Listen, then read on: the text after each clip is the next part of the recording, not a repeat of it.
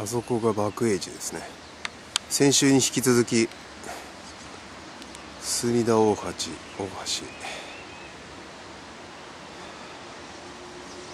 ソロキャンプ。朝釣り人が2人来てましたけどね、もうすぐ帰っちゃいましたね。観察つけてなかったから潜りだったのかな。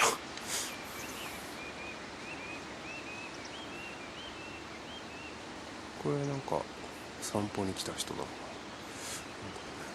バーベキュー。今日天気悪いな。いいな。ちょっとこれから田代運動公園と馬渡橋の方に偵察行ってこようかなと。すごいガスってんな。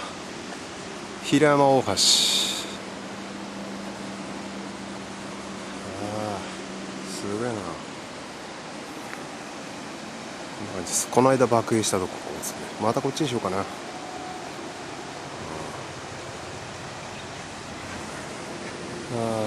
鳥がいね。もう鳥は寒いとこ行っちゃったのかな。田代運動公園脇の河原です。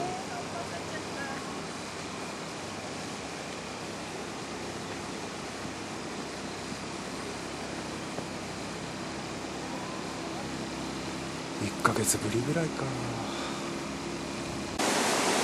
んな感じ。水門近辺。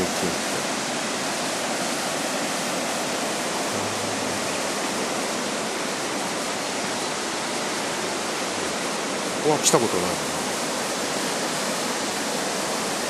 魚いんのかな。いないか。橋に到着したんだけど、なんか橋2車線工事してて、これキャンプできるような状態じゃないですね。